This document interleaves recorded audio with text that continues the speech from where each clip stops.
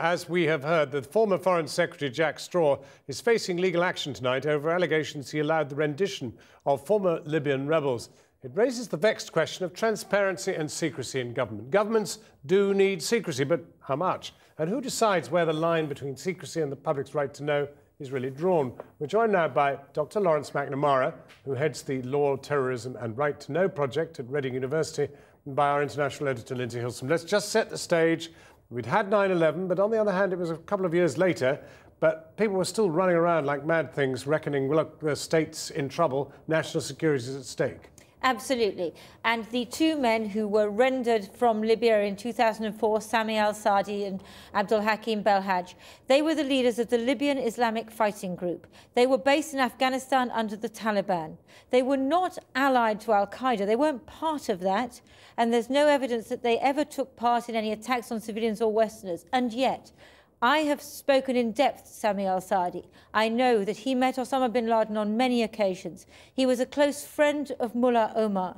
So I think it's not entirely surprising that Western intelligence services, seeing these two men, thought that they were connected to al-Qaeda. More information came out later, but when you looked at jihadi circles in Kabul and Kandahar at that time, these two men were very much part of all of that scene. Well, you're not here to talk about the specifics, but the generality. Here's a situation in which a state feels under siege, and they spot guys they think are very bad hats, and they don't tell you about it. They don't tell you what they've done. You want to be told what they've done. I think as a general principle, you do. The public has a real interest in knowing information about terrorism and security. It's got an interest in knowing both the activities of those who are suspected of engaging in terrorist activities or terrorist threats, and also information about what the state is doing to combat those threats. But you tell the public, you tell the terrorists. You don't necessarily, of course, tell the public anything. I don't think everything. I don't think anybody seriously thinks that all this information should be out in the public domain. But the real question of how much is out there and what is out there is a really difficult thing to manage. And the concern often is that more information could be made public, especially after the fact, than is being made public. Well, the difficulty here, though, was that these guys, as you've already pointed out, weren't quite what the government thought they were.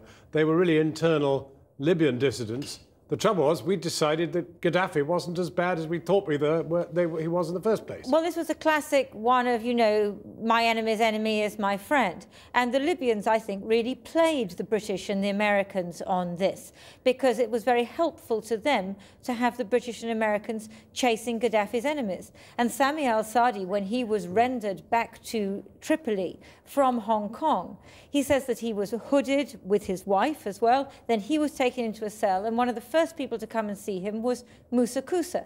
Now, Musa Kusa was Gaddafi's head of intelligence, and Musa Kusa said to him, "Sami, the world is a very small place now.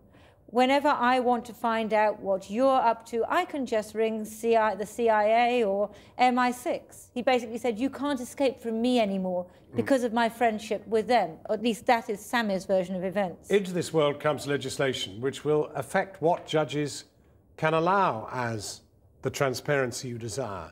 You happy with what's coming up?